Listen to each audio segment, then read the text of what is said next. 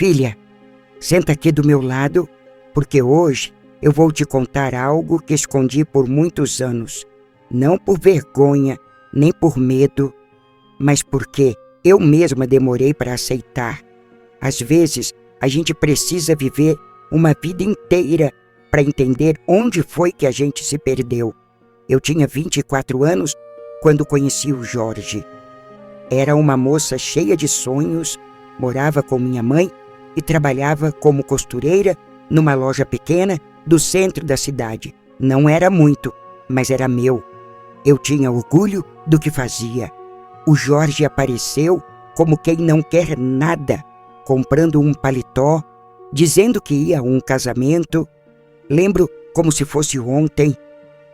Ele ficou horas parado em frente ao espelho, rindo das próprias piadas e fazendo charme com o vendedor. Quando me olhou, foi como se o tempo parasse. Aquele homem era bonito, forte, com um sorriso que desarmava qualquer coração. E o pior, sabia disso. Ele puxou conversa comigo ali mesmo, perguntou o meu nome, disse que nunca tinha visto uma moça tão elegante com linha e agulha na mão. Eu ri, meio sem jeito, e disse que ele era exagerado. Ele respondeu que exagerado era amar à primeira vista. Eu não acreditei naquele papo furado, mas no fundo, algo em mim queria acreditar. Era como se eu estivesse esperando por aquele tipo de paixão, sabe? Aquela que a gente só ouve falar em novela. Começamos a sair.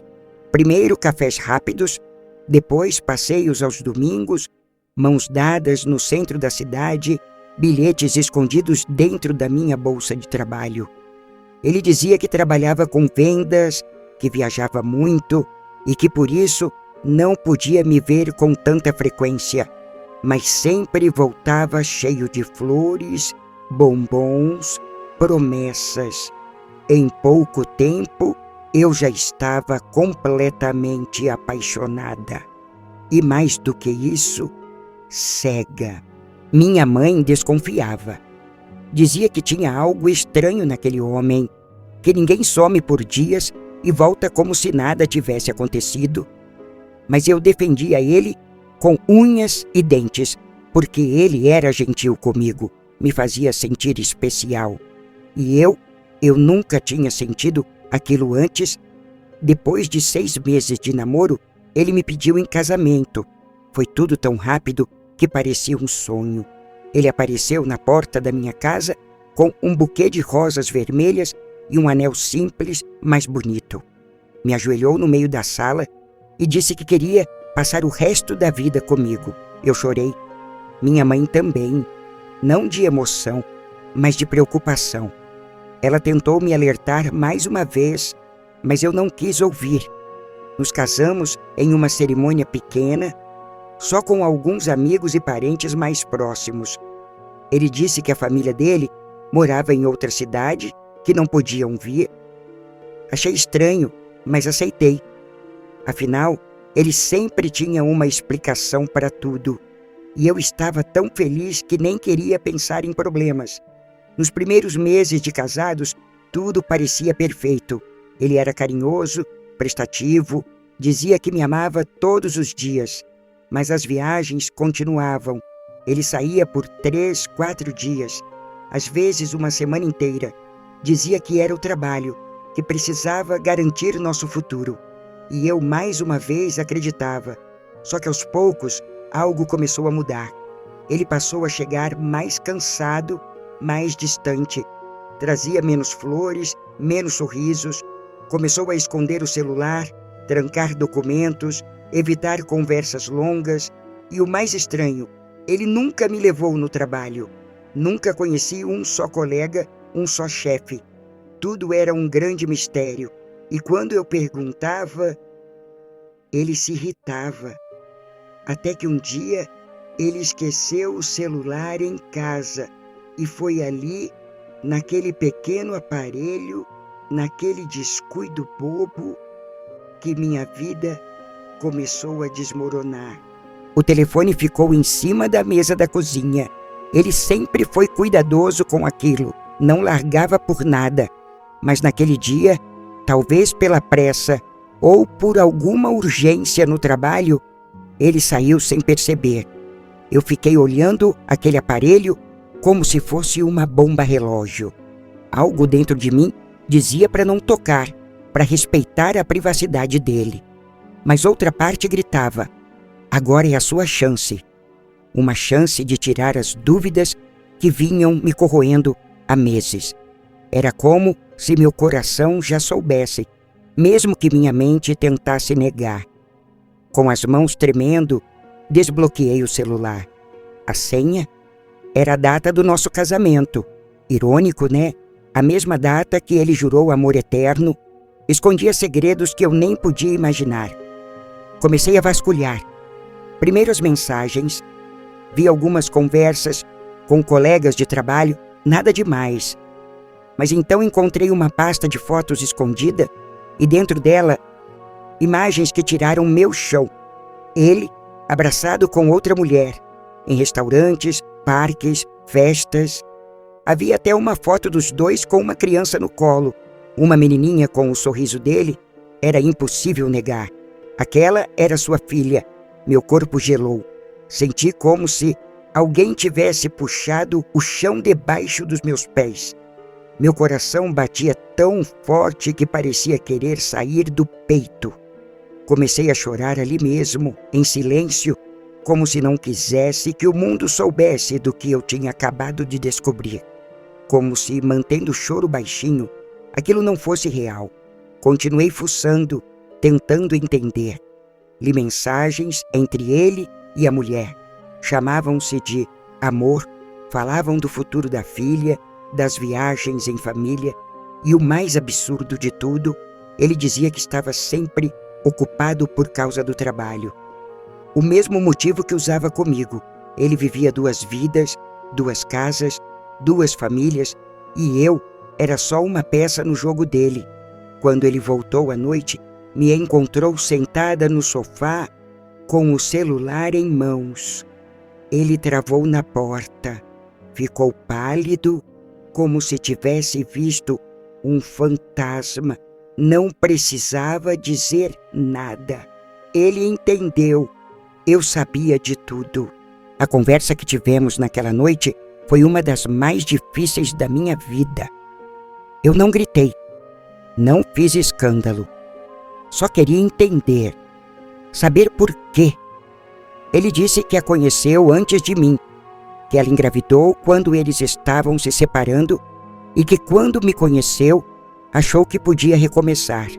Disse que me amava também, que não era mentira, que o coração dele era grande demais e se dividia entre nós 2, que não sabia como sair daquilo. Eu fiquei muda. Como responder a algo assim? Como competir com uma filha? Como aceitar ser o segundo plano da vida de alguém? Porque foi isso que eu fui, o descanso, o refúgio, mas nunca a prioridade. Nos dias seguintes, entre lágrimas, dúvidas e noites sem dormir, eu precisei tomar uma decisão. Não foi fácil. Tinha amor, tinha história, tinha dor, mas também tinha a necessidade de me amar primeiro. Ele implorou para eu ficar. Disse que largaria tudo, que escolheria a mim. Mas eu já não acreditava mais em nenhuma palavra, porque amor não é só prometer, é provar. E ele provou o contrário durante anos. Então, eu fui embora, peguei minhas coisas, voltei para a casa da minha mãe e recomecei do zero, com o coração em pedaços, é verdade, mas com a alma um pouco mais leve. Demorei anos para me curar, não do amor que senti por ele, mas da mentira que vivi ao lado dele. Porque quando a gente ama alguém, a gente confia, e quando a confiança é traída, a ferida é mais profunda que qualquer outra. Hoje, olhando para trás, entendo que precisei passar por aquilo para me tornar a mulher que sou. Mais forte, mais consciente e, acima de tudo, mais fiel a mim mesma. Mas a história ainda não acaba por aqui, filha, porque o Jorge, ele voltou. E com ele, trouxe algo que eu nunca esperei enfrentar de novo. Passaram-se 2 anos desde aquele dia em que saí da casa onde vivíamos. 2 anos de silêncio, ausência e tentativas diárias de reconstruir minha vida. Aos poucos, fui me reerguendo. Consegui um emprego estável, voltei a estudar e até me permiti sorrir de novo. Não era um sorriso solto, leve, como antes, mas era o que eu tinha. Nesse tempo, não ouvi mais falar dele. Bloqueei em tudo, redes sociais, telefone, até amigos em comum, deixei de seguir. Não queria vestígios do Jorge na minha vida, só queria paz. Eu achava que tinha superado, que aquele capítulo estava encerrado de vez. Mas o destino, esse danado que adora nos testar, achou que não era o suficiente. Era uma tarde de sábado. Eu tinha saído para comprar pão na padaria da esquina. Estava distraída, pensando em 1000 coisas quando ouvi aquela voz. A voz que por anos me deu abrigo e depois me destruiu. Paula? Meu corpo gelou, virei devagar, como se não quisesse encarar. E lá estava ele, Jorge, com os cabelos um pouco mais grisalhos, algumas rugas a mais, mas o mesmo olhar de sempre, um olhar que me confundia entre o carinho e a culpa. Quanto tempo? Ele disse sem jeito. Eu não soube o que responder. Só balancei a cabeça, um aceno breve. Ele não parecia disposto a ir embora. Ficou ali, parado, me olhando, como se quisesse recuperar tudo num piscar de olhos. Você tem 1 minuto? Contra todos e o bom senso, eu disse que sim. Não porque quisesse reatar, mas porque precisava entender por que ele estava ali depois de tanto tempo. Sentamos num banco da pracinha em frente. Ele me contou que a mulher com quem ele teve a filha o deixou. Disse que com o tempo ela descobriu outras mentiras dele. Sim, ele continuou mentindo, mesmo depois de tudo. Jorge não tinha mudado, pelo menos não no essencial. E agora, eu estou sozinho. Ele concluiu com um tom quase infantil, como se esperasse minha compaixão. Fiquei em silêncio. Olhava para ele, tentando reconhecer o homem por quem um dia eu fui perdidamente apaixonada. Mas tudo o que eu via era um estranho. Jorge, por que você veio atrás de mim? Perguntei encarando-o firme. Ele hesitou, respirou fundo e disse: porque eu nunca te esqueci, porque eu ainda te amo. Quase ri, mas não foi um riso de deboche. Foi um riso triste, cansado, como se ele tivesse me contado uma piada antiga, uma que já não tem graça nenhuma. Você não sabe o que é amor, Jorge. Amor não se divide, amor não mente, não esconde, não finge. Minha voz saiu firme, mas baixa. Eu não queria fazer escândalo, só queria me despedir de vez. Ele abaixou a cabeça, sem palavras. Eu te amei de verdade, mas agora eu me amo mais. E é por isso que você não faz mais parte da minha vida. Levantei e fui embora.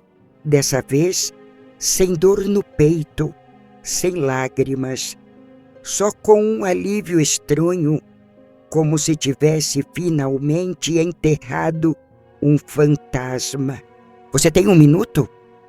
Contra todos e o bom senso, eu disse que sim. Não porque quisesse reatar, mas porque precisava entender por que ele estava ali depois de tanto tempo. Sentamos num banco da pracinha em frente. Ele me contou que a mulher com quem ele teve a filha o deixou.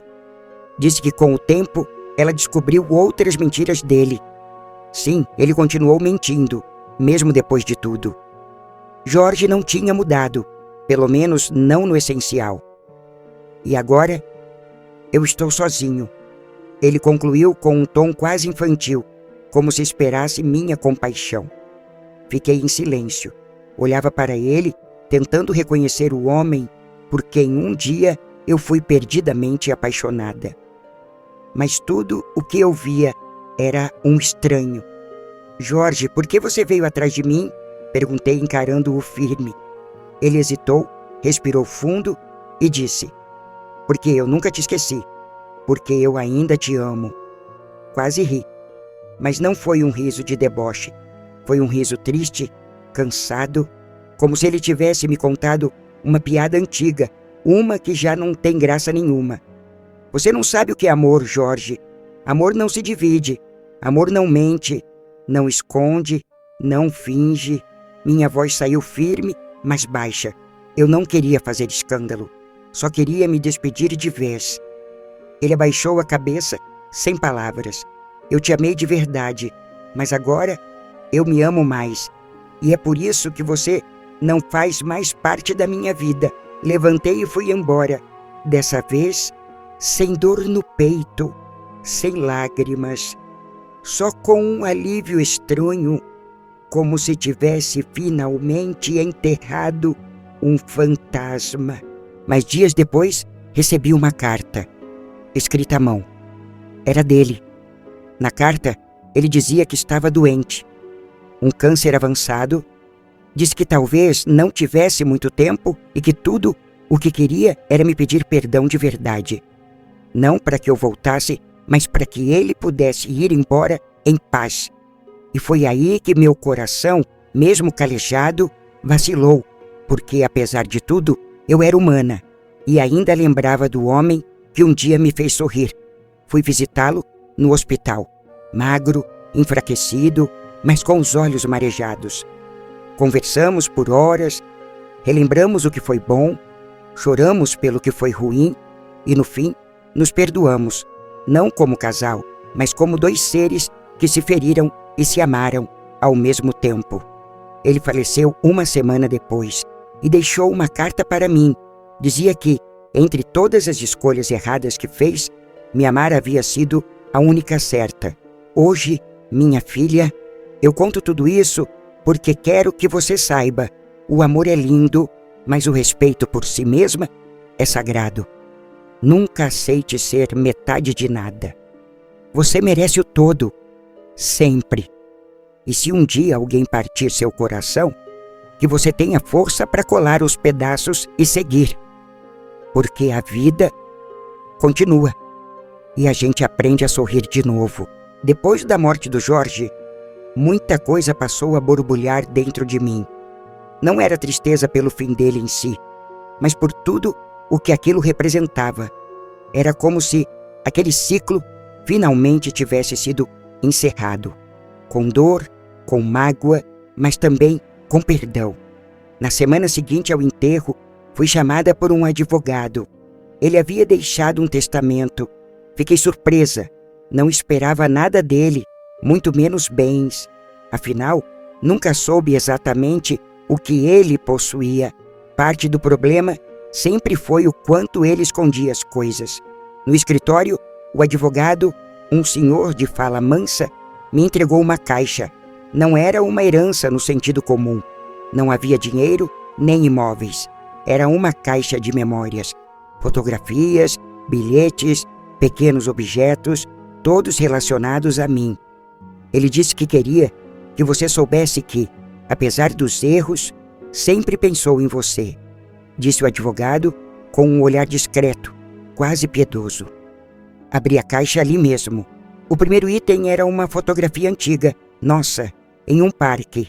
Eu sorria como quem acreditava em conto de fadas, e ele me olhava como se aquele fosse o melhor dia da vida dele.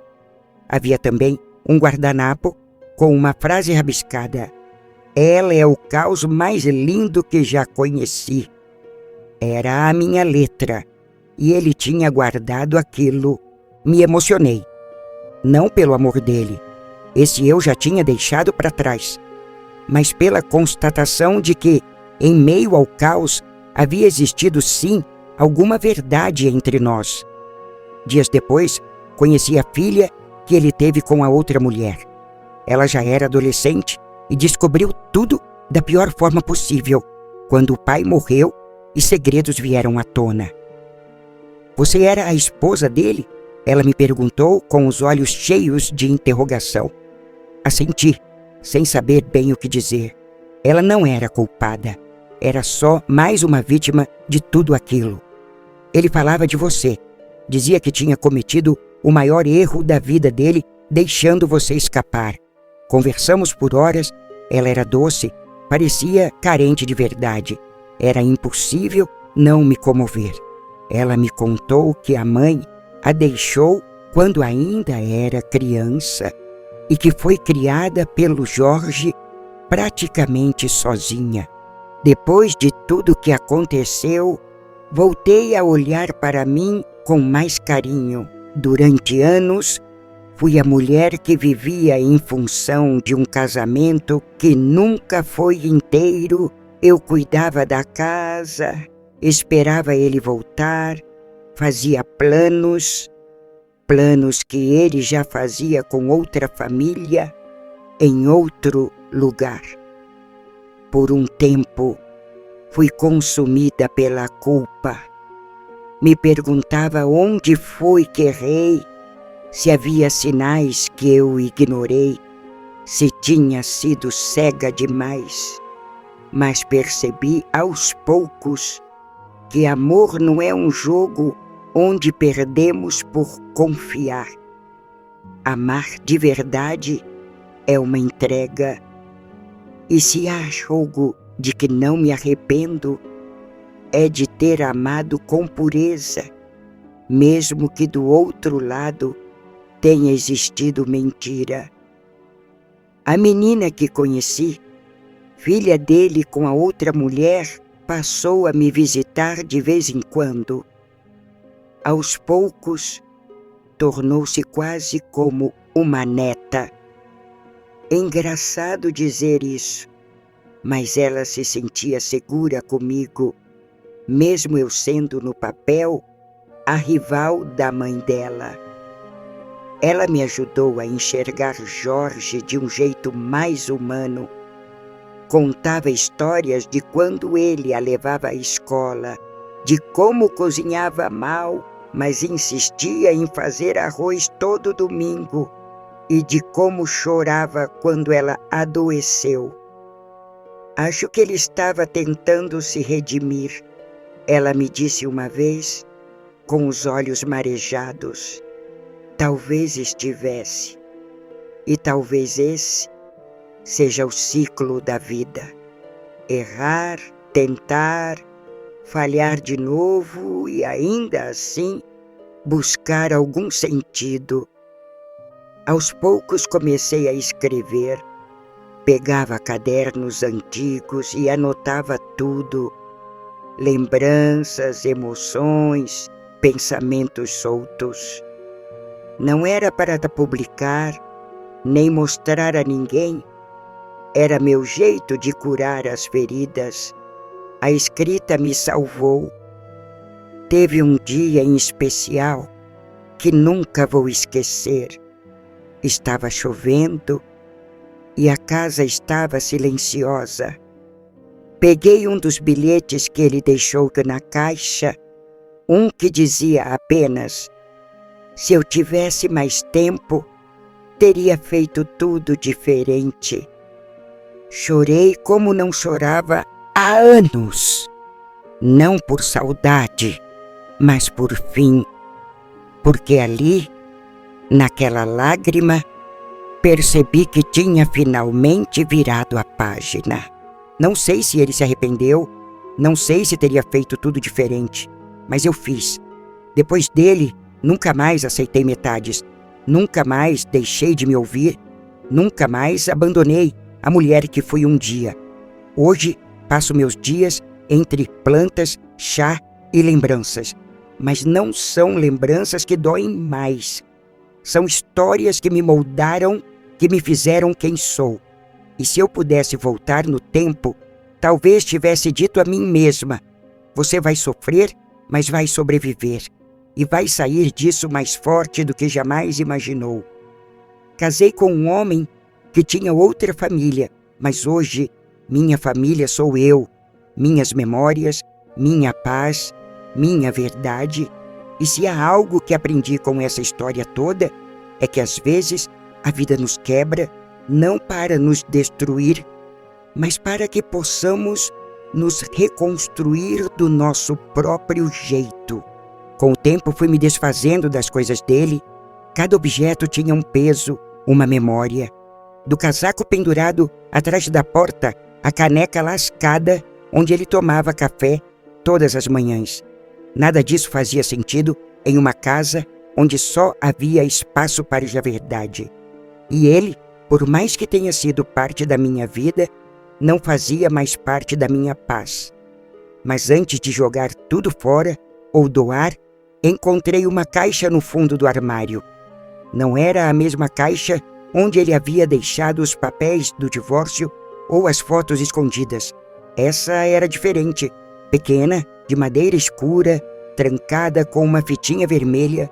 Dentro dela estavam cartas, muitas cartas, escritas à mão com a letra dele, aquela letra torta, difícil de entender, mas inconfundível. Curiosa, sentei-me na cama e comecei a ler. Querida Helena, começava uma das primeiras. Hoje fui ao mercado e quase comprei aquelas bolachinhas de goiaba que você gosta. Mas quando me lembrei do motivo pelo qual saí de casa, minhas mãos congelaram. Eu sou um covarde que escolheu fugir em vez de te encarar. Meus olhos ardiam. Ele escreveu palavras que nunca teve coragem de dizer. Confessava medos, inseguranças, contradições.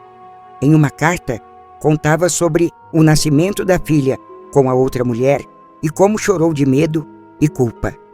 Em outra, dizia que sonhava em reunir todos nós, mas sabia que era impossível, que as escolhas erradas já tinham virado paredes entre as pessoas.